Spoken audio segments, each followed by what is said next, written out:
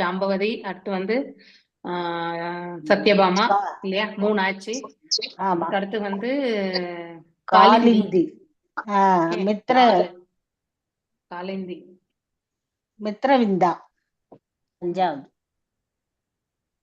அடுத்தது 6வது சத்யா, 7 பத்ரா, 8 லட்சுமணா. காலிந்தி யாரு? யமுனை நதி இல்லையா? காலிந்தி வந்து யமுனை நதி தானே?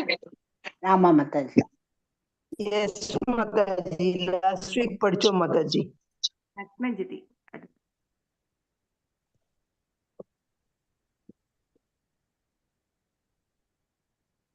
ஒரு யமுனை நதியே ஒரு பெண்ணாக உருவெடுத்து வந்தார்.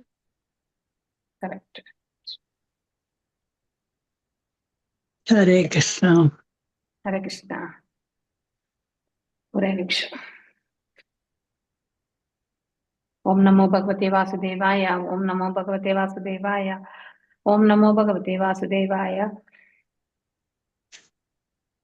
நாராயணம் நமஸ்கிருத்யம் நரம் சைவ நரோத்தமம் தேவீம் சரஸ்வதிம் வியாசம் ததோ ஜாயமுதீரயேத் நஷ்டப்ராயேஷு வதரேஷு நித்யம் பாகவதே சேவையாம் பகவத்ய உத்தம ஸ்லோகே பக்தி பவதி நைசிகி. ஓம் அஜ்ஞானதிமிராந்தஸ்ய ஞானாஞ்சனய ஷலாக்கய சக்ஷுருன்மிலிதம் येन तस्मै श्री गुरवे नमः. श्री चैतन्य मनोभीष्टं स्थापितं येन भूतले स्वयं रूपा कदा मह्यं तदा स्वपदान्तिकम्.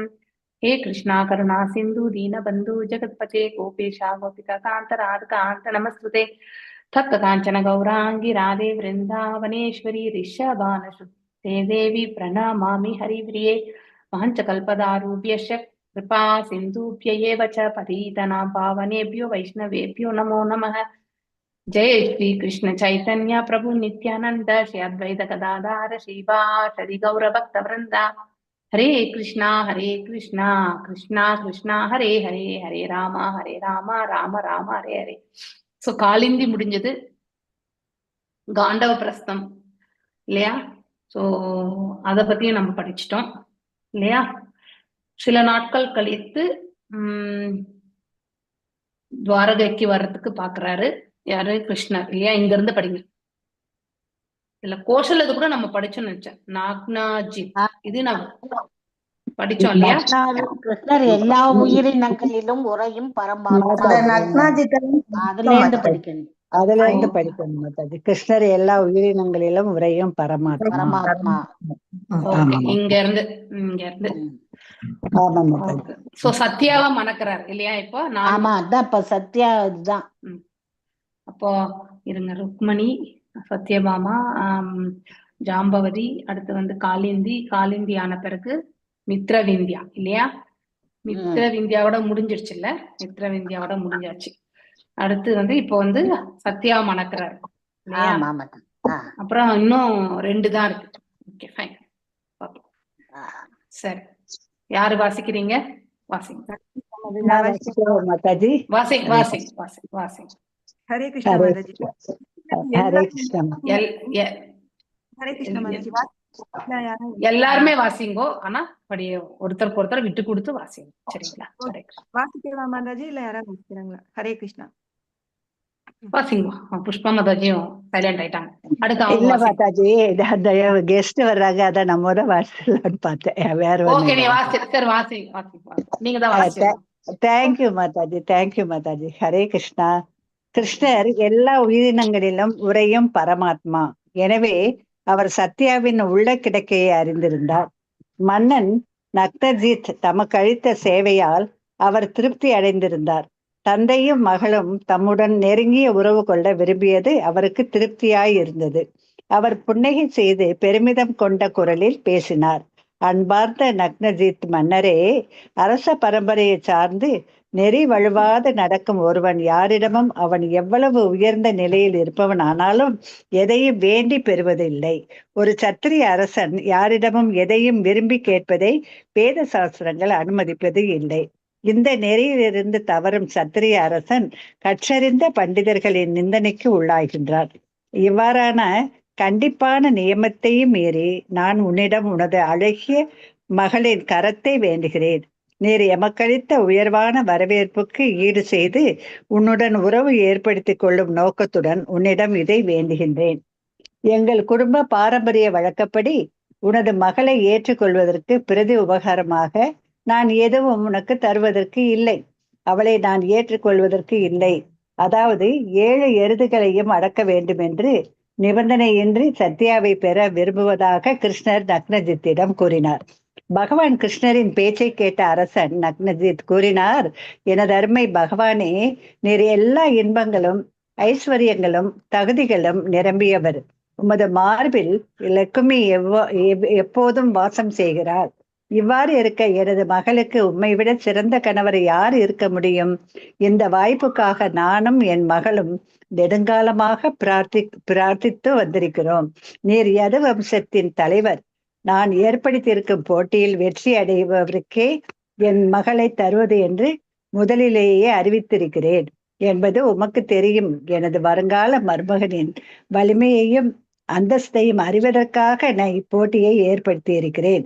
நீர் பகவானாகிய கிருஷ்ணர் வீராதி வீரர். நீர் எவ்வித சிரமமின்றி இந்த 7 எருதுகளையும் அடக்க கூடியவர் என்பதை நான் அறிவேன். எந்த அரச குமாரனாலும் இதுவரை அவைகளை அடக்க முடியவில்லை. அவற்றை பணிய செய்ய முயன்றவர்கள் எல்லாம் அங்கங்கள் முறிய பெற்று தோற்று போனார்கள். நீர் தயவு செய்து இந்த 7 எருதுகளுக்கும் கயிறு பூட்டி அவைகளை அடக்க வேண்டும். அப்போது நீர் சத்யாவின் கணவராக அறிவிக்கப்படுவீர். இதை கேட்ட கிருஷ்ணர் மன்னன் தன் பிரகடனத்தை மாற்ற விரும்பவில்லை என்பதை புரிந்து கொண்டார். எனவே மன்னனின் விருப்பத்தை பூர்த்தி செய்வதற்காக அவர் எருதுகளுடன் போர் செய்வதற்காக ஆயத்தமானார். உடனே அவர் தம்மை 7 கிருஷ்ணர்களாக வியாபித்து கொண்டு ஒவ்வொரு கிருஷ்ணரும் ஒரு எருதை பிடித்து கயிறு பூட்டி அதை ஒரு விளையாட்டு பொருளாக மதித்து அடங்க செய்தார். கிருஷ்ணர் தம்மை 7ஆக பிரித்தது குறிப்பிடத்தக்கது. கிருஷ்ணர் ஏற்கனவே பல மனைவியரை அடைந்திருந்தார் என்பதை நக்னஜித் மன்னனின் மகளான சத்யா அறிவாள். எனினும் அவள் கிருஷ்ணரிடம் பிரியம் கொண்டிருந்தாள். அவளின் விருப்பத்தை பூர்த்தி செய்வதற்காக அவர் 7 வடிவங்களில் தம்மை வியாபித்துக் கொண்டார். கிருஷ்ணர் ஒருவரே ஆனாலும் அவர் எண்ணற்ற உருவங்களில் வியாபிக்க வல்லவர் என்பது கருத்து.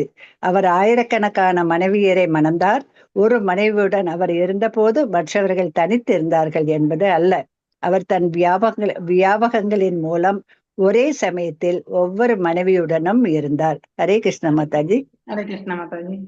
Thank you Mataji. Thank you Mataji. Thank you. இப்போ நம்ம இங்க பார்க்கலாம். சோ அனைத்து உயிர்களிலுமே பரமாத்மாவாக உறைந்து கொண்டிருப்பவர் எல்லாம் வல்ல இறைவன் இல்லையா? சோ அதனால சத்யா அவளுடைய மனதிலும் அவருடைய தந்தையா இருக்கக்கூடிய நாக்னஜித் அவருடைய மனதிலுமே என்ன இருக்கின்றது என்பது பகவானுக்கு தெரியும். அவங்க மனசுல மாத்திரம் கிடையாது, நம்ம மனசுல கூட என்ன இருக்குன்றது பரமாத்மாவா இருக்கக்கூடிய அந்த பகவானுக்கு நல்லாவே தெரியும் இல்லையா? சோ மேலும் he was very much pleased with the respectful worship of the king. அவருக்கு வந்த உடனே இருக்கை கொடுத்து எல்லாமே உபசாரம் நல்லா செய்றாங்க இல்லையா? அதனால அவர் மகிழ்ந்து இருக்கார் இல்லையா? அவருடைய உபசரணையில அவர் மிகவும் மற்றற்ற மகிழ்ச்சி அடைஞ்சிருக்கார். So he was appreciative. Therefore, that both the girl and father were eager to have him as an intimate relative. So அதனால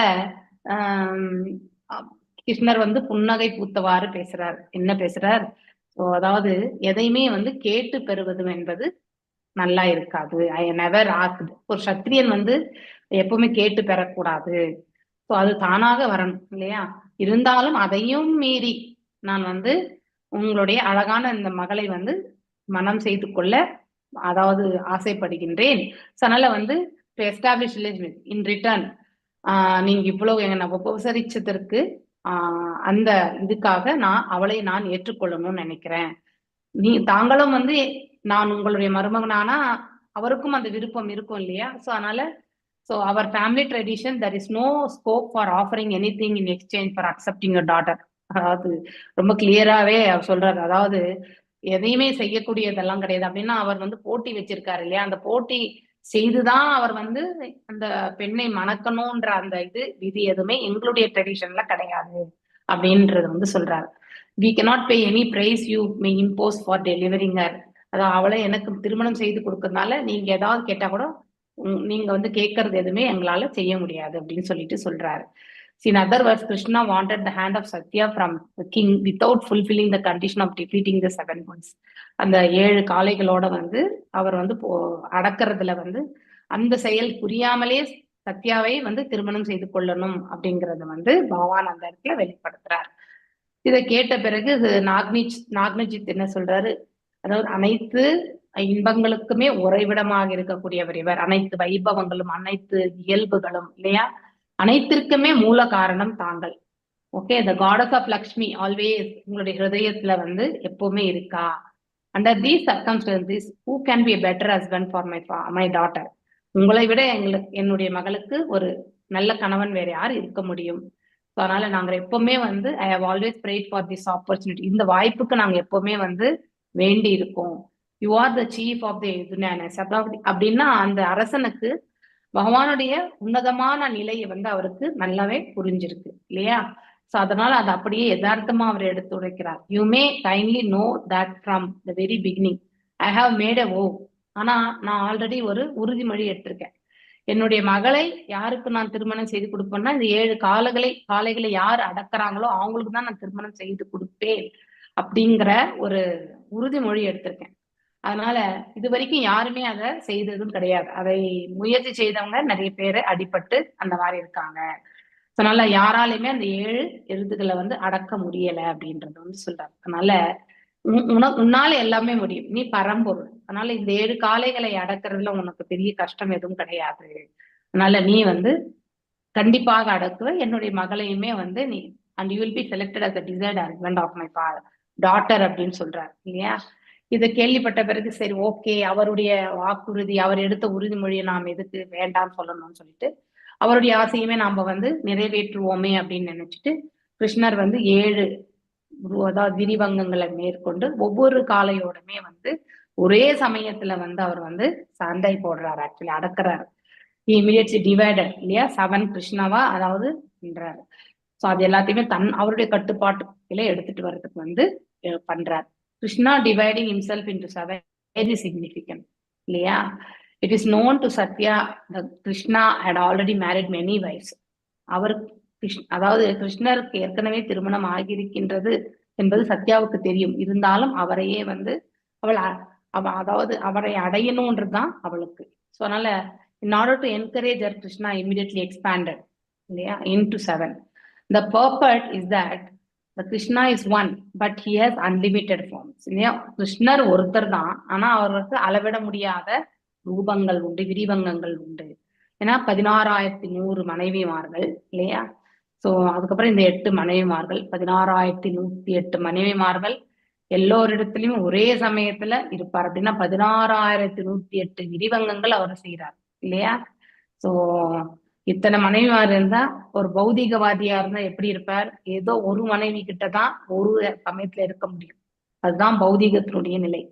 ஆனா ஆன்மீகமா இருக்கிறதுனால அவரால் எத்தனை விரிவங்கங்கள் வேண்டுமென்னாலும் எடுக்க முடியும். எஸ், ஜெயந்தி மாதாஜி வாசி. ஹரே கிருஷ்ணா மாதாஜி. 7 எருதுகளை கயிறிட்டு அடக்கிய போது அவற்றின் பலமும் பெருமையும் நொறுங்கி போயின. அவற்றுக்கு ஏற்பட்டிருந்த பெயரும் புகழும் உடனடியாக மறைந்தன. கிருஷ்ணர் அவற்றுக்கு கயிறிட்டு ஒரு குழந்தை மரத்தாலாகிய பொம்மை எருதை கட்டி இழுப்பது போல பலமாக இழுத்தார். கிருஷ்ணரின் மேன்மையை கண்ட நக்னஜித் ஆச்சரியமடைந்து மிகுந்த மகிழ்ச்சியுடன் தன் மகளான சத்யாவை வரவழைத்து கிருஷ்ணரிடம் ஒப்படைத்தார். கிருஷ்ணர் அவளை ஏற்றுக்கொண்டார். அவர்கள் இருவருக்கும் மிக விமர்சையாக திருமணம் நடந்தது. தம் மகளான சத்யா கிருஷ்ணரை தன் மனைவியாக அடைந்ததில் நக்னஜித் மன்னனின் மனைவியருக்கு மிகவும் திருப்தி. மன்னனின் மனைவியரும் மன்னனும் அந்த சுபவேளையில் மிகுந்த மகிழ்ச்சியாய் இருந்தனர். திருமண வைபவத்தை கொண்டாடும் வகையில் நகரம் முழுவதும் விழா கோலம் பூண்டது. எங்கும் சங்கங்களும் மத்தளங்களும் வேறு பல இசைக்கருவிகளும் முழங்கின. கட்டறிந்த பிராமணர்கள் புதுமண தம்பதியருக்கு ஆசிகள் வழங்கினார்கள். மகிழ்ச்சியுற்ற மக்கள் வண்ண வண்ண ஆடைகளையும் ஆபரணங்களையும் அணிந்து அழகுற விளங்கினார்கள். மிகவும் மகிழ்ச்சியடைந்த நக்னஜித் மன்னன் தன் மகளுக்கு மருமகனுக்கும் பின்வருமாறு வெகுமதிகளை வழங்கினான். முதலில் அவன் 10,000 பசுக்களையும் நன்கு அலங்கரித்த ஆபரணங்களை மிகுதியாக அணிந்திருந்த 3,000 இளம் பெண் சேவகிகளையும் அவர்களுக்கு பரிசாக அளித்தான். பின்னர் 9,000 யானைகளையும் 90,000 ரதங்களையும் 90 லட்சம் 90 லட்சம் இங்க 90 இது 9 லட்சம் மாதாஜி முதல்ல இருக்கிறது. ரதங்கள் 9 லட்சம், அதுக்கப்புறம் 90 லட்சம் குதிரைகள். ஓகே, அளித்தான். இந்த அடிமைகளும் சேவகிகளும் அரச குடும்பத்தினரால் தம் குழந்தைகளைப் போல் சகல வசதிகளுடன் பராமரிக்கப்பட்டனர். இவ்வாறு பரிசுகள் வழங்கிய பின்னர் கோசல நாட்டு மன்னனான நக்னஜித் தன் மகளையும் மகிமை வாய்ந்த மருமகனையும் ஒரு அழகிய ரதத்தில் அமரச் செய்து வழி அனுப்பினான். அவர்களிடம் ஆயுதம் தரித்த பல வீரர்கள் காவலராக சென்றார்கள். அவர்கள் தம் இருப்பிடம் நோக்கி விரைந்த போது மன்னனின் மனம் பூரித்தது. கிருஷ்ணருக்கு முன் யது வம்சத்தினைச் சேர்ந்த பல அரசகுமாரர்களும் மற்ற வம்சங்களைச் சேர்ந்த அரசகுமாரர்களும் பலரும் சத்யாவை அடைய விரும்பி நக்னஜித் மன்னனின் எருதுகளுடன் போரிட்டு தோல்வியை அடைந்தது மனம் வருந்தி இருந்தார்கள். அவர்கள் பிற வம்சத்தைச் சேர்ந்த அரசகுமாரர்கள். கிருஷ்ணர் எருதுகளை அடக்கிய சத்யாவை மனம் புரிந்த அழைத்து செல்கிறார் என்பதை கேள்விப்பட்டதும் பொறாமை கண்டு கிருஷ்ணரை துவாரகைக்கு சென்று கொண்டிருந்த போது அவரை படைகளுடன் சூழ்ந்து கொண்டு அம்புகளால் தாக்கினார்கள். கிருஷ்ணரையும் அவரது குழுவினரையும் அவர்கள் தாக்கிய அம்புமழை பொழிந்த போது கிருஷ்ணரின் மிகச்சிறந்த நண்பனான அர்ஜுனன் சவாலை ஏற்றுக்கொண்டு தன்னந்தனியாக எதிரிகளை விரட்டி அடித்தான். அர்ஜுனன் தன் காண்டீவம் எனும் வில்லை எடுத்து போர் செய்து எல்லா அரசகுமாரர்களையும் துரைத்தினான். ஆனால் அவர்களில் ஒருவரையும் அர்ஜுனன் கொல்லவில்லை. பின்னர் யதுவம்ச முதல்வரான கிருஷ்ணர் தன் புது மனைவியுடனும் மிகுதியான வெகுமதிகளுடனும் வெகு விமர்சையாக துவாரகா நகரில் பிரவேசித்தார். கிருஷ்ணருக்கு சுருத கீர்த்தி என்ற மற்றொரு அத்தை இருந்தாள். அவள் திருமணமாகி கேகய நாட்டில் வளர்ந்து வந்தாள். அவளுக்கு பத்ரா என்ற பெயரில் ஒரு மகள் இருந்தாள். பத்ராவும் கிருஷ்ணரை மணக்க விரும்பினார். அவளின் சகோதரன் எவ்வித நிபந்தனையுமின்றி அவளை கிருஷ்ணரிடம் ஒப்படைத்தாள். கிருஷ்ணர் அவளை முறைப்படியாக தன் மனைவியாக ஏற்றுக்கொண்டார். பின்னர் அவர் தென்னாட்டைச் சேர்ந்த மதராஸ் என்னுமிடத்தில் மன்னரின் மகளான லக்ஷ்மணா என்ற பெயர் கொண்ட அரசகுமாரியையும் ஒரு சுயம்பரத்தில் அசுரர்களிடமிருந்து கருடன் அமிர்த கலசத்தை பறித்து சென்றது போல அபகரித்து சென்று மணந்தார். இவ்வாறு கிருஷ்ணர் 5 பெண்களை மணந்த பின் பௌமாசுரன் என்ற அசுரன் சிறைப்படுத்தி வைத்திருந்த பல்லாயிரக்கணக்கான பெண்களை அவனிடமிருந்து விடுவித்து அவர்களையும் மனம் செய்து கொண்டார். பக்தி வேதாந்தம் எழுதிய கிருஷ்ணா என்னும் நூலில் 58ஆம் அத்தியாயமான 5 ராணியரை கிருஷ்ணர் மணக்கிறார். இவ்வாறு நிறைவு பெறுகிறது. Hare Krishna Mataji. Thank you Mataji. Thank you. So இப்போ நம்ம எவ்வளவு டௌரி கொடுத்துருக்காங்க பாருங்க. அப்ப அந்த காலத்துல எவ்வளவு வளமையா இருந்திருக்காங்க அப்படிங்கறத நம்ம இந்த இடத்துல இருந்து பாக்குறோம் இல்லையா? அதாவது 10,000 பசுக்கள். இப்ப நம்ம ஒரு பசுமாடு வாங்குறதுக்கே ரொம்ப யோசிப்போம் நம்ம இல்லையா? ஸோ இப்போ நம்ம 3,000, அதாவது சேவகர்கள், ஒரு வேலைக்காரி கிடைக்கிறதே நமக்கு கஷ்டம் வீட்டுல இல்லையா? வந்திருக்கக்கூடிய வேலைக்காரிய நம்ம அவகிட்ட ஸ்ட்ரிக்டா பேசினா நாளைக்கு வரவே மாட்டான். நாளைக்கு நமக்கு வேலை செய்யறவங்க யாருமே இருக்க மாட்டாங்க இல்லையா? அப்படிப்பட்ட கால சூழல் இப்போ. ஸோ அந்த காலத்துல சீரெல்லாம் எப்படி கொடுத்துருக்காங்கன்றத நம்ம பாக்குறோம். அதாவது 9,000 யானைகள், 9 லட்சம் இது என்னது சேரியட்ஸ்னாக்க ரதங்கள் இல்லையா? அதுக்கடுத்து 90 லட்சம் குதிரைகள். இது எல்லாமே மேலும் அவர்கள் பாதுகாப்புக்காக அவங்களுடைய ஊரு சென்ற வரைக்குமே எது இல்லையா? அதாவது துவாரகை வர வரைக்குமே அவங்கள ப்ரொடெக்ஷனோட அழைச்சிட்டு போனோம் இல்லையா? அதுக்காக ஒரு படையோட அனுப்பி வைக்கிறார். ரொம்ப king's heart was enlivened with affection for them. அப்படி அந்த மாதிரி ஒரு நிறைவு ஒவ்வொரு பெற்றோருக்குமே இருக்கணும். தன்னுடைய மகளை திருமணம் செய்து கொடுக்கும் பொழுது திருமணம் செய்து கொள்ளக்கூடிய அந்த பையனும் கிருஷ்ணரை போல கண்டிப்பா யாராலும் இருக்க முடியாதுன்னு வச்சுக்கோங்க. ஆனா ஓரளவுக்காவது நாணயமா இருக்கக்கூடிய ஒரு நபராக இருக்கணும். பெண்ணும் அதே போல ஒரு நல்ல அடக்கம், இந்த மாதிரியான ஒரு இயல்புகள் பெண்ணுக்கே உரித்தான குவாலிட்டிஸோட இருக்கணும். அப்போ அந்த தந்தை திருமணம் செய்து பெண்ணை இன்னொருத்தர் வீட்டுக்கு அனுப்பும் பொழுது அவருக்கு இருக்கக்கூடிய ஆனந்தத்தை நம்மளால கண்டிப்பா மெஷர் பண்ண முடியாது. அது வீட்டுல ஃபர்ஸ்ட் கல்யாணம் பண்ணாங்கன்னு வச்சுக்கோங்களேன், அந்த வீட்டுல ஒரு சம்திங் ஏதோ பறி கொடுத்த மாதிரியும் இருக்கும் சில சமயத்துல. சில சமயத்துல நம்ம குழந்தைக்கு நம்ம பண்ண கடமை இருந்ததை நம்ம செய்து முடிச்சோமே என்ற ஃபீலிங் இருக்கும் இல்லையா? இதை நீங்க எல்லாருமே அனுபவிச்சிருப்பீங்கன்னு நினைக்கிறேன். ஸோ உங்க வீட்டுல திருமணம் ஆயிருக்கு, பெண் பிள்ளைகளை வந்து திருமணம் பண்ணி கொடுத்துருப்பீங்க இல்லையா? அதே மாதிரி வீட்டுக்கு மருமகள் வந்தப்போ கூட அதே ஒரு ஆனந்தம் கண்டிப்பாக இருந்திருக்கும். ஸோ இப்படி அந்த ரிஜாய்ஸ்மெண்ட் வந்து நம்ம ஒரு கடமையை முடிச்சோம்னா எப்படி ஒரு மனநிறைவு இருக்கும் இல்லையா?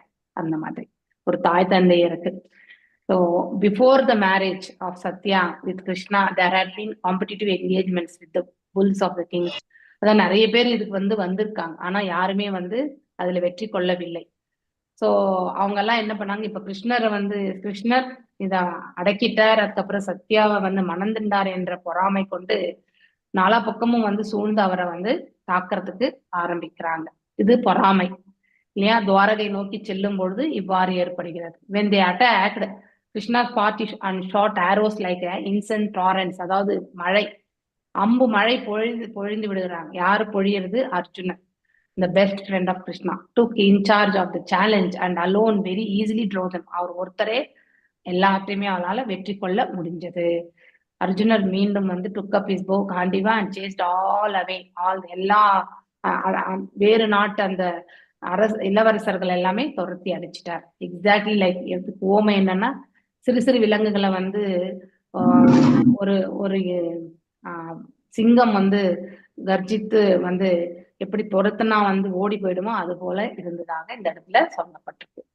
So after this, the chief of Yadu dynasty Krishna, along with his newly married wife and a huge dowry, entered the city of Dwarakaவை அவங்க அடைகிறாங்க இல்லையா? அது அது இது இது இது தவிர இல்லையா, Kunti Devi, Krishna and another parental, அதாவது குந்தி தேவி மாதிரி இன்னொருத்தர் யாருன்னா சுதகீர்த்தி அப்படின்ற இன்னொரு, அதாவது தன்னுடைய தந்தையோட பிறந்த இன்னொரு அக்காவோ தங்கச்சியோ தெரியாது எனக்கு, ஆனா அதாவது ஒரு அத்தை என்பவர் இருக்கிறார், தந்தை வழி வந்த அத்தை.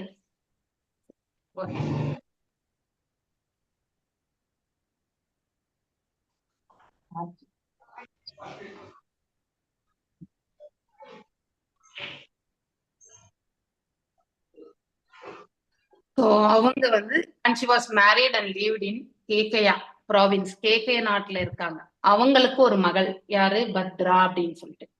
பத்ரா வந்து கிருஷ்ணரை திருமணம் செய்து கொள்ளணும்னு நினைக்கிறாங்க. So thereafter Krishna married the daughter of the king of Madras province, இங்க நம்ம சென்னை இல்லையா? ஸோ சென்னை ப்ராவின்ஸ்னா இங்க வரைக்கும் வரும். ஆக்சுவலி முன்னாடி ஆங்கிலேயர் காலத்துல பாத்தீங்கன்னா மைசூர் வரை, மெட்ராஸ் ப்ராவின்ஸ்னாலே மெட்ராஸ்ல இருந்து இந்த மைசூர் வரைக்குமே வந்து மெட்ராஸ் ப்ராவின்ஸ் கீழே தான். அப்ப அந்த காலத்துல யூனிவர்சிட்டிஸ் எல்லாமே மெட்ராஸ் ப்ராவின்ஸ் கீழே தான் இருந்துச்சு. ஒரு பெரிய இது, அது மாகாணம் மாதிரி தான் இது ப்ராவின்ஸ் எல்லாம் இல்லையா? அவ்வளவு பெருசா ஆக்சுவலி. ஸோ இப்போ கிருஷ்ணர் அப்ப மெட்ராஸ் அப்படிங்கிறது வந்து அந்த ப்ராவின்ஸ் அப்படிங்கிறது பாக்கணும் நம்ம இல்லையா? ஸோ மதராஸ் இருக்கு. நம்மளாம் எவ்வளவு கிரேட்டா இருக்கணும்ல இந்த இடத்துல பிறந்ததுக்கு. ஸோ ஹர் நேம் வாஸ், ஏன்னா பகவான் அந்த இடத்துல வந்திருக்காருன்னா that itself is really great. Okay, so and she had all good qualities. She was also forcibly married to Krishna, who took her in the same way that Garuda snatched the jar of nectar from the hands of demigods. Actually, அதாவது அப்படியே அபகரிச்சுட்டு போனா எப்படி இருக்கும் இல்லையா? கையில இருந்ததை வந்து யாராவது பிடுங்கிட்டு போனா எப்படி இருக்கும், அந்த மாதிரி பகவான் வந்து லக்ஷ்மணாவையும் திருமணம் பண்ணார். Krishna kidnapped this girl in the presence of எல்லா இளவரசர்கள் முன்னாடியுமே அவங்கள வந்து அவர் வந்து கடத்திட்டு போயிடுறாரு. ஸோ ஃப்ரம் சுயம்பரத்துல இருந்து. இந்த சுயம்பரா it's a ceremony in which the bride can select her own husband from an assembly of many princes. இது அந்த காலகட்டத்துல இருந்த ஒன்று தான் இல்லையா? ஸோ எல்லா நாட்டு இளவரசர்களையும் வர வச்சு சுயம்பரம் நடத்துவாங்க. அந்த பெண்ணுக்கு யாரை பிடிச்சிருக்கோ அவங்கள வந்து மனம் முடிப்பாங்க. The description of Krishna's marriage with the 5 girls mentioned in this chapter is not sufficient இல்லையா? பத்தாது. அதுக்கப்புறம் பௌமாசுரன் கிட்ட இருந்து 16,000 பேரை வந்து ரட்சிப்பார். அவங்களையுமே வந்து பகவான் வந்து திருமணம் செய்துக்குவார். ஸோ டோட்டலா அவருக்கு 16,108 மனைவிமார்கள். இதோட பக்தி வேதாந்த பிரபுபாதர் எழுதிய இந்த 58வது அத்தியாயம் 5 மனைவிகள் 5 இளவரசிகளை கிருஷ்ணர் மணந்தார் அப்படிங்கிற தலைப்பின் கீழே இருக்கக்கூடிய இந்த அத்தியாயம் நிறைவு பெறுகிறது. இப்ப நாம பௌமாசுரா அந்த மிச்சம் இருக்கக்கூடிய 16,100 பேரை மணக்கக்கூடிய அந்த செயல் இந்த அத்தியாயத்துல நாம பார்க்க போறோம். ஓகே, எஸ், அத்தியாயம் 59 பௌமாசுர முக்தி. பௌமாசுரனை பற்றிய செய்திகள். அவன் 16,000 அரச குமாரியரை கடத்தி சென்று சிறை வைத்தது. அதிசயத்தக்க சிறப்புகள் மிகுந்த பகவானாகிய கிருஷ்ணரால் கொல்லப்பட்டது ஆகிய விவரங்கள் எல்லாம் ஸ்ரீமத் பாகவதத்தில் சுகதேவ கோஸ்வாமியால் பரீட்சித் மகாராஜாவுக்கு விளக்கமாக கூறப்பட்டுள்ளன. பொதுவாக எல்லா அசுரர்களும் தேவர்களுக்கு எதிராகவே செயல்படுவார்கள். பௌமாசுரன் மிகுந்த பலத்தை பெற்ற போது வருணனின் சிம்மாசனத்திலிருந்து குடையை வலுக்கட்டாயமாக புடுங்கினான். தேவர்களின் தாயான அதித்தியின் காதணிகளையும் அவன் அபகரித்தான். தெய்வீக மலையான மேருமலையின் ஒரு பகுதியான மணிபர்வதத்தை வென்று ஆக்கிரமித்து கொண்டான். தேவராஜனான இந்திரன் துவாரகைக்கு வந்து பௌமாசுரனின் அக்கிரம செயல்களை பற்றி கிருஷ்ணரிடம் முறையிட்டான். தேவராஜனான இந்திரனின் முறையீடுகளை செவியுற்ற பகவான் கிருஷ்ணர் சத்யபாமா சமேதரராக உடனடியாக பௌமாசுரன் இருப்பிடத்திற்கு சென்றார். இருவரும் கருட வாகனத்தில் அமர்ந்து பௌமாசுரனின் தலைநகரமான ராக்ஜோதிஷபுரத்தை அடைந்தனர். பாதுகாப்பான அரண்களை கொண்ட அந்த நகரத்தினுள் செல்வது எளிதான காரியம் அல்ல. முதலில் நகரின் 4 திசைகளுக்கும் பாதுகாப்பாக பலமிக்க அரண்கள் அமைந்திருந்தன.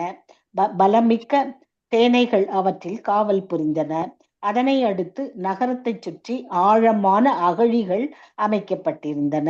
இதனன்றி நகரத்தை சுற்றி வளைத்தபடி மின்சாரம் பாய்ந்த கம்பிகள் இடப்பட்டிருந்தன. அதையடுத்து அனிலம் என்ற வாயு பொருள் பாதுகாப்பாக இடப்பட்டிருந்தது. அதன் பின் முரண் என்ற அசுரனால் நிர்மாணிக்கப்பட்ட முள்வேலி நகரை சுற்றி போடப்பட்டிருந்தது. இவ்வாறாக இன்றைய விஞ்ஞான முறைப்படியிலான பாதுகாப்புகள் அந்நகரம் முழு பெற்றிருந்தது. கிருஷ்ணர் அங்கு வந்து தமது கதையின் தாக்குதலால் கோட்டைகளை நொறுக்கினார். கிருஷ்ணர் விடுத்த அம்பு மழை ஆங்காங்கே இருந்த படைகளை விரட்டி அடித்தது. தமது புகழ்மிக்க சுதர்சன சக்கரத்தை பிரயோகித்து அவர் மின்சாரம் பாய்ந்திருந்த வேலிகளை செயலற்று போகச் செய்தார். நீர் நிறைந்திருந்த அகழிகளும் வாயுக்குழால் ஆகிய பாதுகாப்புகளும் முராவால் அமைக்கப்பட்ட மின்சார வேலி கம்பிகளும் தகர்க்கப்பட்டன. கிருஷ்ணர் எழுப்பிய சங்கநாதம் மாவீரர்களின் மனோவலிமையை மட்டுமின்றி போர்க்கருவிகளையும் உடைத்தது. அவரது வெல்லுதற்கரிய கதை நகரை வளைத்திருந்த கோட்டையின் சுவர்களை நிர்மூலமாக்கியது. கிருஷ்ணர் எழுப்பிய சங்கநாதம் ஊழிக்காலத்தின் இடியை போல் ஒலித்தது. அந்த ஓசையை கேட்ட முரா என்ற அசுரன் உறக்கத்திலிருந்து விழித்தெழுந்து என்ன நடக்கிறது என்பதை கண்டறிவதற்காக வெளியே வந்தான். அவன் 5 தலைகளை கொண்டிருந்தான். நீண்ட காலமாக நீரினுள் வசித்திருந்த முரா அசுரன் ஊழிக்காலத்து சூரியனைப் போல் பிரகாசித்தான். தன்மையில் அவன் கொழுந்து விட்டெறியும் நெருப்பை ஒத்திருந்தான். அவன் தேஜஸ் கண்களை பறிப்பதாய் இருந்தது. வெளியே வந்ததும் அவன் திரிசூலத்தை ஏந்தியபடி முழுமுதற் கடவுளை நோக்கி வேகமாக பாய்ந்தான். அப்போது அவன் கருடனை தாக்க வரும் பெரிய நாகத்தை போல் காட்சியளித்தான். மிகுந்த சினமடைந்திருந்த முரா உலகத்தையே விழுங்கி விடுவான் போல் தோன்றியது. முதலில் அவன் தன் 5 வாய்களாலும் சிங்கம் போல் கர்ஜித்து திரிசூலத்தை சுழற்றியபடி கிருஷ்ணரின் வாகனமான கருடனை தாக்கினான். அவன் எழுப்பிய கர்ஜனை வாயுமண்டலம் மூலமாக உலகெங்கிலும் பரவி விண்வெளியில் எதிரொலித்தது. 10 திசைகளையும் சென்றடைந்து பிரபஞ்சம் முழுவதிலும் கடகடவென ஒலித்தது. முராவின் திரிசூலம் தம் வாகனமான கருடனை நோக்கி வருவதை கண்ட கிருஷ்ணர் 2 அம்புகளை பிரயோகித்து தம் கரத்தின் திறமையால் திரிசூலத்தை கண்ட துண்டமாக செய்தார். அதே சமயத்தில் பல அம்புகளை பயன்படுத்தி அசுரனின் வாய்களை கிழித்தார். முழுமுதற் கடவுளால் தாக்குண்ட முரா அவரை தன் கதையால் அடிக்க முயன்றான். ஆனால் கிருஷ்ணர் மிகுந்த கோபத்துடன் தன் கதையை சுழற்றி அசுரனை புடைத்தார்.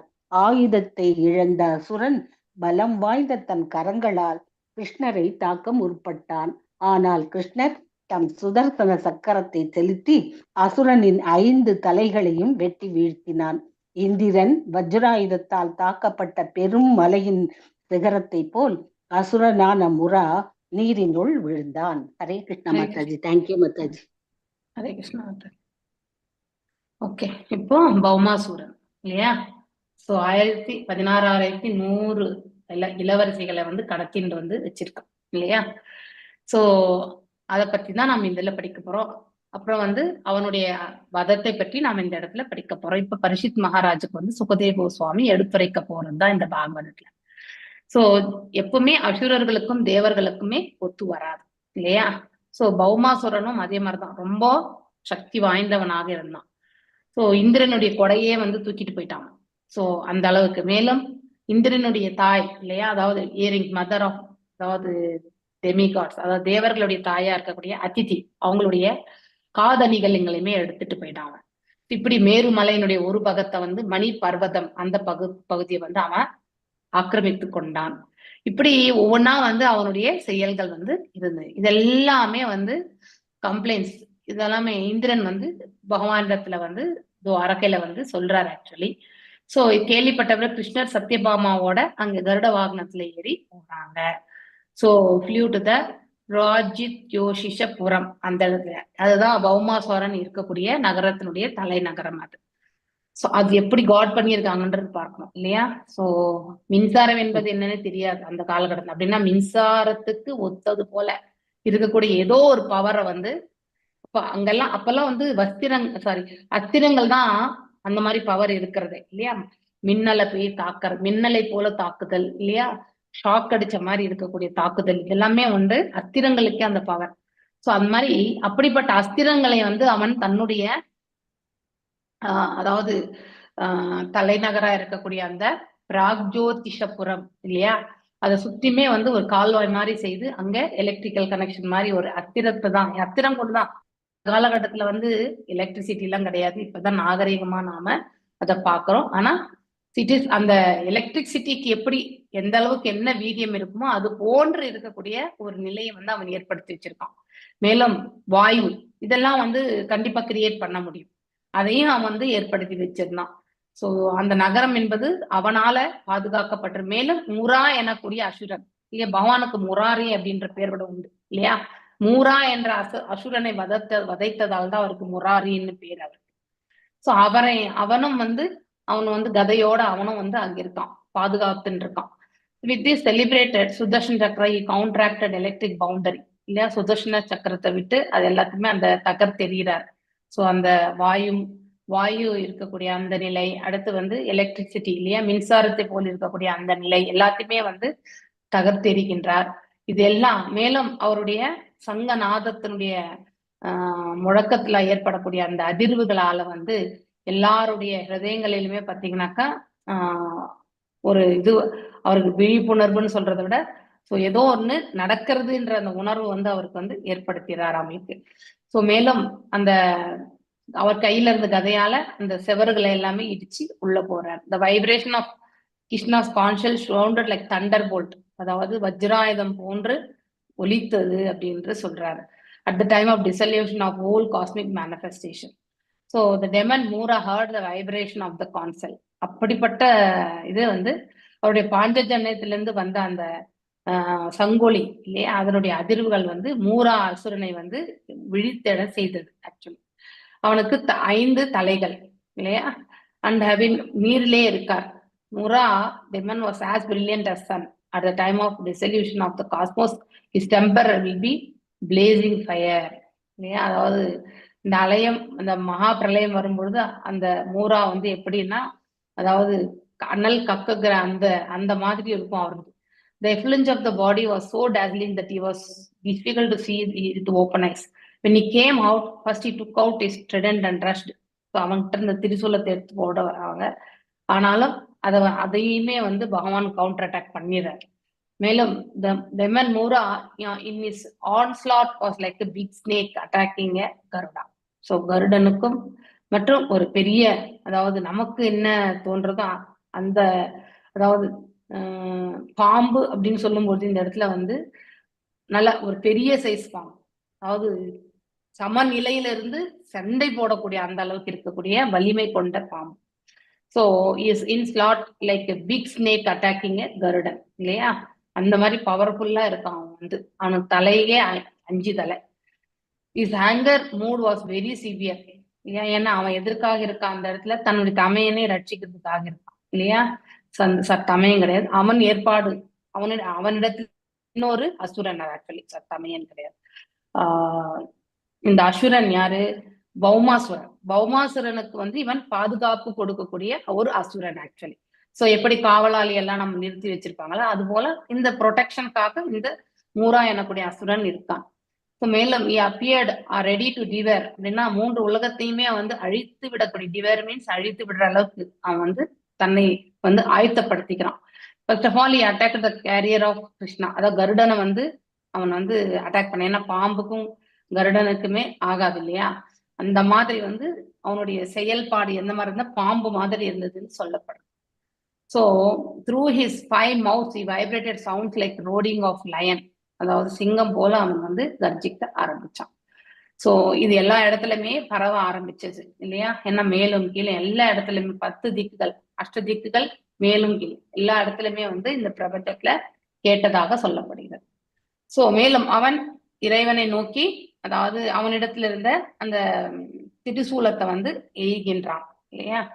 Rushing toward Garuda immediately by the trick of his hand he took 2 arrows and throw him towards the trident. அவர் கையில கிடைச்சதை எடுத்து அவர் போடுறார்.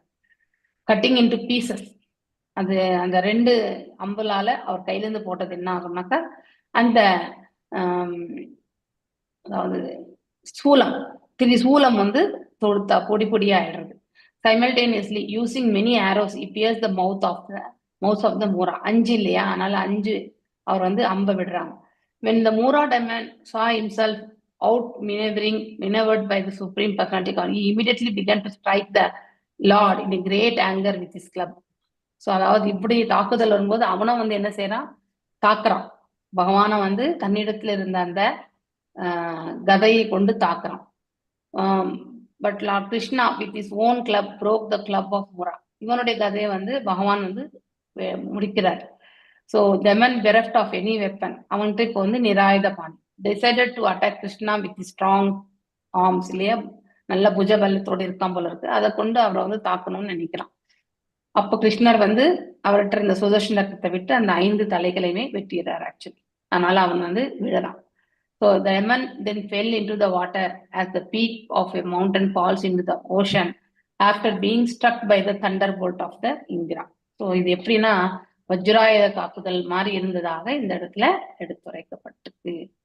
ஸோ ஐ திங்க் இது வரைக்கும் தான் நம்ம படிச்சோம் இல்லையா மாதாஜி, நீங்க இதுல தானே படிச்சு? ஆமா மாதாஜி, அதுக்கப்புறம் மூராவுக்கு தாமரன், அந்தரிக்ஷன், சிரவணன், விபாவாசு, வசு, நபஸ்மன், அருணன் ஆகிய 7 குமாரர்கள் இருந்தனர்.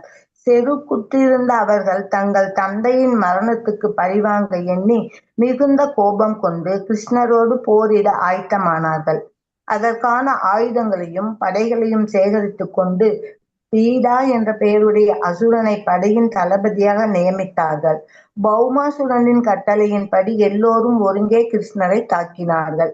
அவர்கள் கிருஷ்ணரின் முன்பு வந்து பல வகையான ஆயுதங்களால், வாள், கதை, ஈட்டி, அம்பு, சூலம் போன்றவை அவரை தாக்கினார்கள்.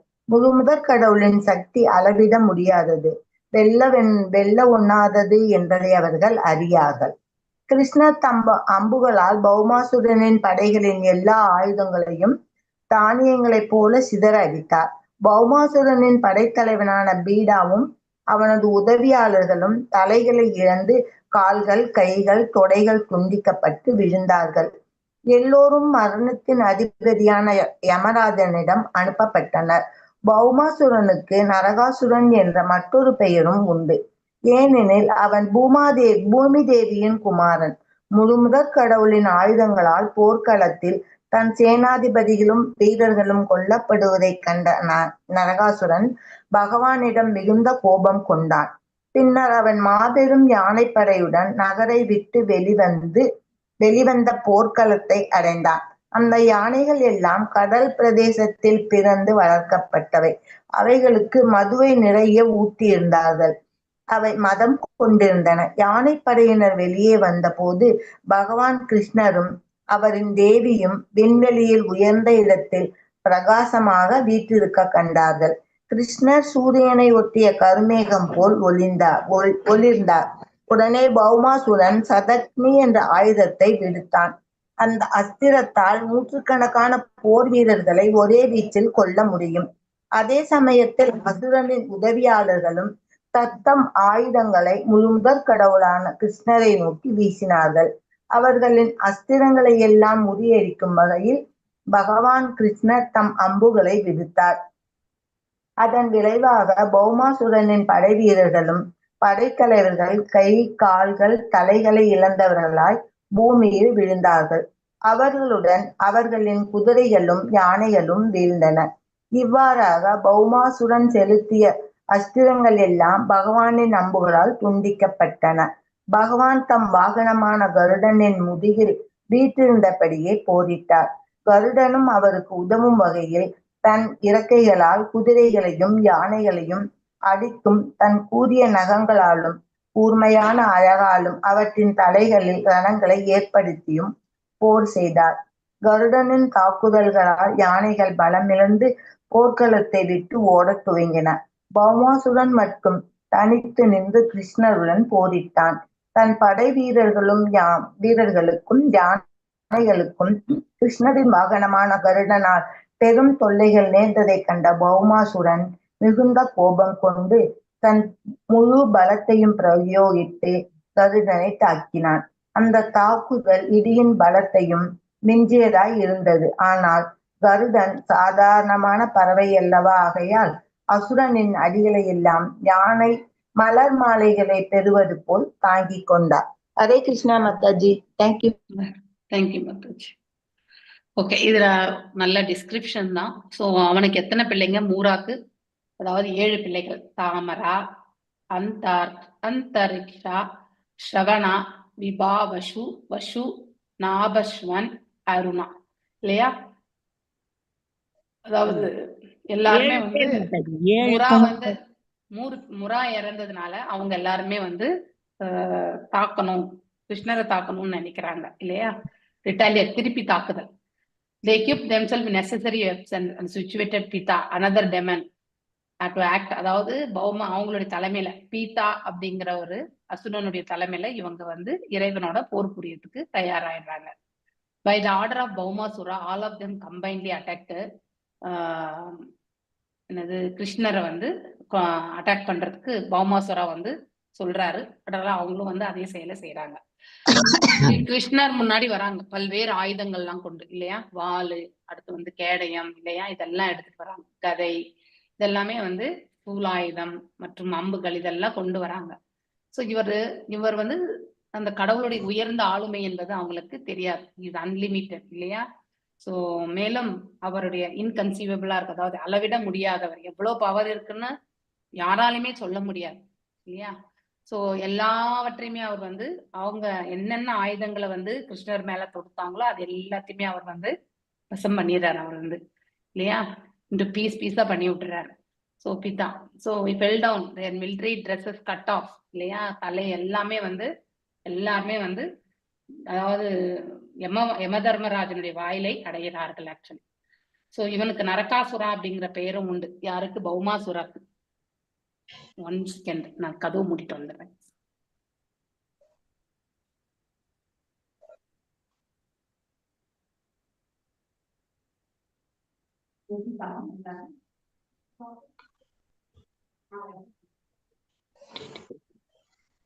வெங்காயம் வேலை,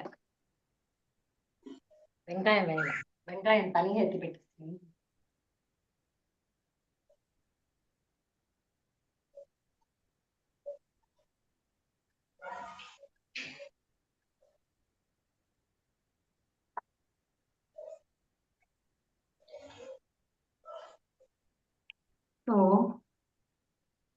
அசுரன், இல்லையா? ஸோ நரகாசுரன் என்ற பௌமாசுரனுக்கு இன்னொரு பெயர் என்ன, நரகாசுரன் இல்லையா, happen to be the son of earth personified, பூதாயினுடைய பிள்ளையாக. when he saw all that his soldiers, commanders, fighters have been killed in the battlefield இல்லையா, எல்லாருமே வதைத்த அவனுக்கு நிறைய கோபம் வருது. அவனும் அந்த நகரத்தை விட்டு வெளியில வரான் இல்லையா. So all of them are highly intoxicated அப்படின்னா ஆல்ரெடி குடிச்சிருக்காங்கன்னு அர்த்தம் இல்லையா. சோ அசுரர்களுக்கு என்ன இருக்கும், எல்லா தீய பழக்கங்கள் தான் இருக்கும் இல்லையா. So this are Lord Krishna and his wife being beautifully situated high in the outer space. யார் இருக்கிறது, சத்யபாமா தானே கூட கூட்டிட்டு போறாரு கருடனோட. சோ அங்கே வந்து பாக்குறாங்க outer blackish cloud glittering like electricity, அப்படியே மேல பார்க்கும்போது பகவான் அந்த கருட வாகனத்துல ரொம்ப பிரகாசமா தெரிகிறார். So demon Bhaumasuran immediately released a weapon, அதாவது அவன் கையில இருந்த ஒரு சக்தி அஸ்திரத்தை வந்து விடுறான், சதாக்னி அப்படிங்கறத வந்து. அது ஆயிரம் அதாவது வீரர்களையுமே ஒரே நேரத்துல வந்து வதைக்கும். ஒரே ஒரு அம்பு விட்டாலே வந்து 1000 பேர் 100 பேர் அப்படி வந்து வதைச்செறிஞ்சிரும். சோ பகவானும் வந்து அவரும் அவருடைய அஸ்திரத்தை வந்து விடுறாரு. Actually all weapons releasing is feathered arrows, அவனுக்கு எதிர் தாக்குதலை வந்து செய்யறாரு.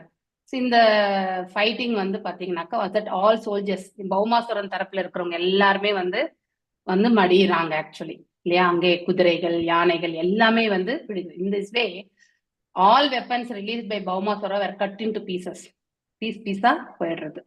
மேலும் the Lord was fighting on the back of Garuda இல்லையா. அவருடைய அந்த ரெக்கைகளும் பாத்தீங்கன்னாக்கா சோ கீழே இருக்கக்கூடிய யானைகள் அது எல்லாத்தையுமே வந்து குத்துற மாதிரி இருந்தது. சோ அந்த யானைகள் எல்லாமே ஓடி போயிடுறது ஆக்சுவலி. சோ இந்த வழியெல்லாம் பொறுக்க முடியாம so he saw that Krishna Garuda had caused great disturbance to the soldiers and elephant, and in great அவனுக்கு கோவம் வந்து கருடனை தாக்கணும்னு நினைக்கிறார். But which defied the strength of a thunder like a thunder bolt, அப்படின்னா வஜ்ராயுதம் போல. Fortunately Garuda was not an ordinary bird இல்லையா, அவர் தான் பறவைகளுடைய அரசனாச்சே. So he felt the strokes given by Baumasura just like a great elephant feels the impact of the garland. அதாவது ஒரு யானையை வந்து மலர் மாலை கொண்டு தாக்கினா எப்படி இருக்குமோ அப்படி இருந்ததாக இந்த இடத்துல வர்ணிக்கப்படுகிறது. ஓகே, அடுத்து விஜயகுமாரி மாதாஜி வாசி. எஸ் மாதாஜி. தன் தந்திரங்கள் எல்லாம் கிருஷ்ணரிடம் பலிக்காமற் போனதை கண்ட பௌமாசுரன் கிருஷ்ணரை கொல்வது சாத்தியமல்ல என்பதை உணர்ந்தான். எனினும் இறுதி முயற்சிக்காக அவன் ஒரு திருசூலத்தை கையில் எடுத்துக்கொண்டு அவரை நோக்கி பாய்ந்தான். கிருஷ்ணர் வெகு சாமர்த்தியமாக பௌமாசுரனின் சூலம் தன் மீது படுவதற்கு முன்பு சுதர்சன சக்கரத்தால் அசுரனின் தலையை வெட்டி வீழ்த்தினான். குண்டலங்களும் மணிமுடியும் அணிந்து பிரகாசமாக விளங்கி அசுரனின் தலை மண்ணில் வீழ்ந்தது. பௌமாசுரன் கிருஷ்ணரை கொல்லப்பட்டதும் அவனது உறவினர்கள் மனம் உடைந்து கதறினார்கள். பக்தர்கள் பகவானின் வெற்றியை பாராட்டி புகழ்ந்தார்கள். தேவர்கள் வானுலகிலிருந்து பகவானின் மேல் புஷ்பமாரி பொழிந்தார்கள். அது சமயம் பூமாதேவி பகவான் கிருஷ்ணரின் முன்பு தோன்றி வைஜெயந்தி மாலையை அவருக்கு அணிவித்து அவரை வணங்கினாள். அதித்தியின் பிரகாசமிக்க காதணிகளையும்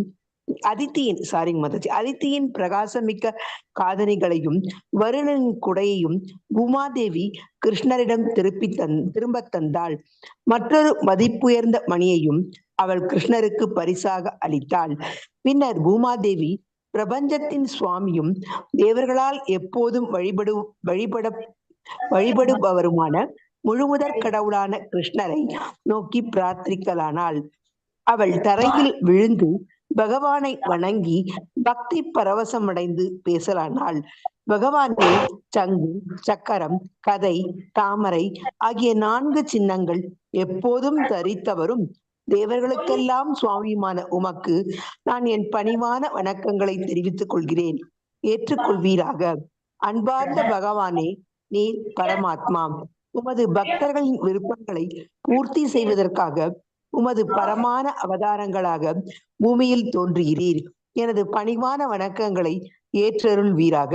அன்பார்ந்த பகவானே, உமது நாபியிலிருந்து தாமரை மலர் வெளிப்படுகிறது. நீர் எப்போதும் தாமரை மலர்களால் அலங்கரிக்கப்பட்டிருக்கிறீர். உமது கண்கள் தாமரை மலரின் இதழ்களைப் போல் விரிந்திருக்கின்றன. எனவே அவை பார்ப்பதற்கு அழகாக விளங்குகின்றன. மென்மையான உமது திருவடி தாமரைகள் உமது புனித பக்தர்களின் தாமரை போன்ற மென்மையான இதயங்களுக்கு ஆறுதலாய் இருக்கின்றன. எனவே நான் உமக்கு பன்முறை வணக்கம் செலுத்துகிறேன். நீர் பல்வேறான தர்மங்கள், புகழ், செல்வம், அறிவு, தியாகம் ஆகியவற்றை பெற்றிருக்கிறீர். எனது பணிவான வணக்கங்களை ஏற்பீராக. நீர் ஆதி மூலமான முழுமுதற் கடவுள், காரணங்களுக்கெல்லாம் காரணமானவர், எல்லா அறிவையும் உடைய ஒருவர் நீரே. உமக்கு நான் என் பணிவான வணக்கங்களை செலுத்த நீர் என்னை அனுமதியும். பிறவாத நீர் பிறப்புகளுக்கெல்லாம் தோற்றுவாயாக உள்ளீர். எல்லா சக்திகளின் உறைவிடமாக அமைந்திருக்கிறீர். உலகம். ஹரே கிருஷ்ணா மாதாஜி.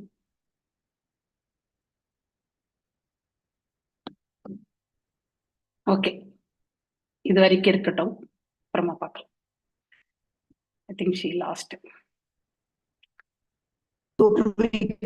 அவசியம் ஏற்படும் போது உமது தீவிர உணர்ச்சியின் தோற்றமான பிரம்மாவை படைக்கிறீர். பிரபஞ்சத்தை காப்பதற்காக சாத்வீகத்தின் உருவான விஷ்ணுவாக உம்மை நீர் வியாபித்தருள்கிறீர். அதுபோல ஹரிகிருஷ்ணமாதாஜி, இந்த ஒரு பேராகிராஃப் அதுபோலவே தமோகுணத்தின் அதிபதியான மாதாஜி, தமோகுணத்தின் அதிபதியான சிவனாக நீர் தோன்றி படைப்பு முழுவதையும் அழியச் செய்கிறீர். இவ்வாறு நீர் பௌதிக இயற்கையின் முக்கோணங்களை தோற்றுவித்தாலும் உமது பரமான நிலை பாதிக்கப்படாமல் இருக்கிறது. சாதாரண உயிர்வாழிகளைப் போல் நீர் ஜட இயற்கையின் முக்குணங்களில் சிக்கிக் கொள்வதில்லை. ஹரே கிருஷ்ணா மாதாஜி. ஹரே கிருஷ்ணா. இன்னைக்கு நம்ம இதோட நிறுத்தலாம். ஓகே, சோ இங்க பகவானுடைய புகழ் ஆரங்களை பாடுறாங்க. சோ இப்போ நரகாசுரன் அவன் எல்லாவற்றையுமே இழக்கிறான்.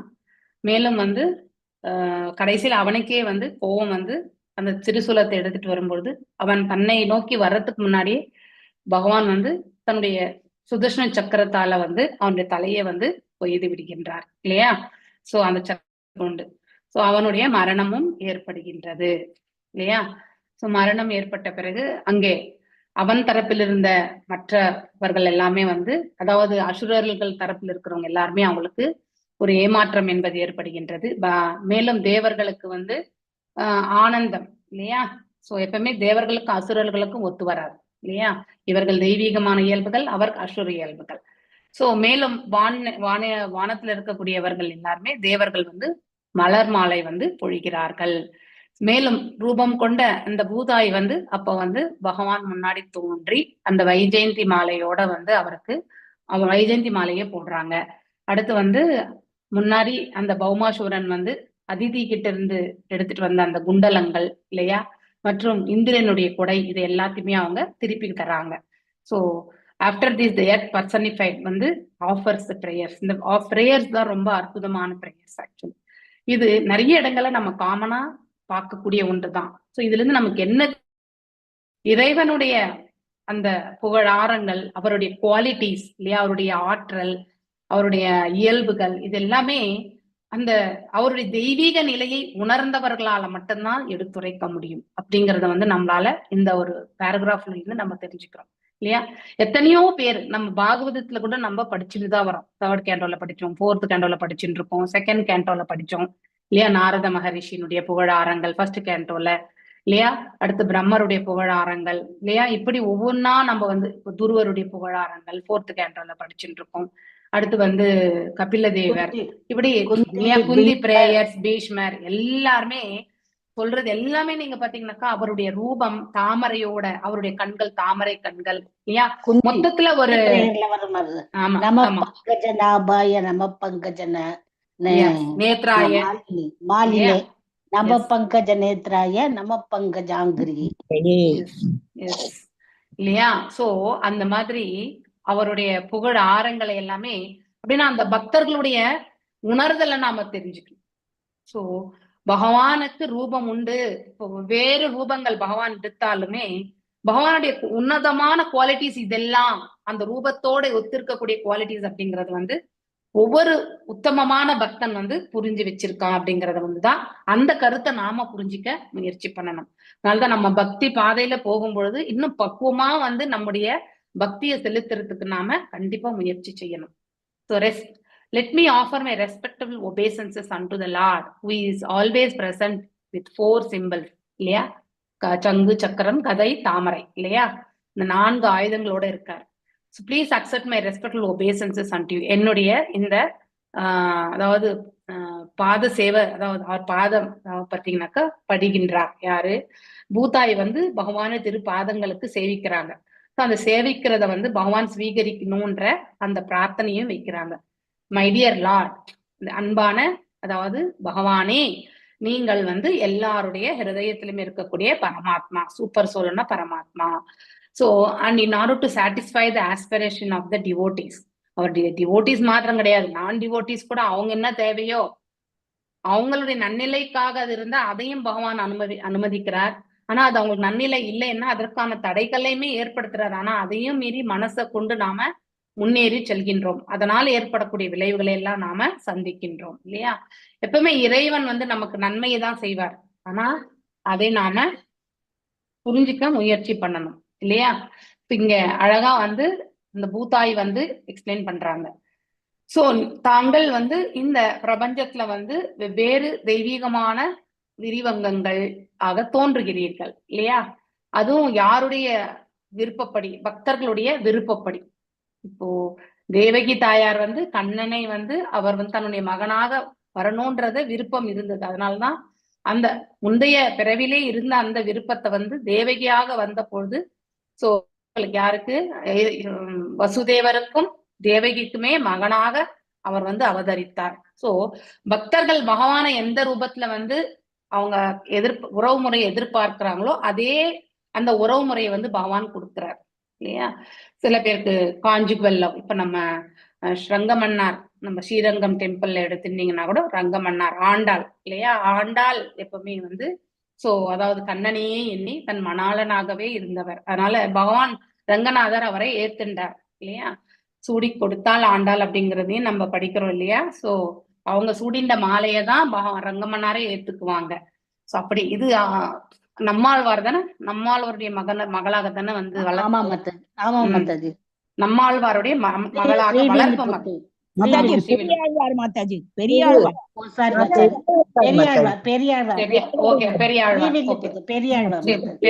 ஓகே, பெரியாழ்வாருடைய மகளாக வளர்ப்பு மகளாக இல்லையா?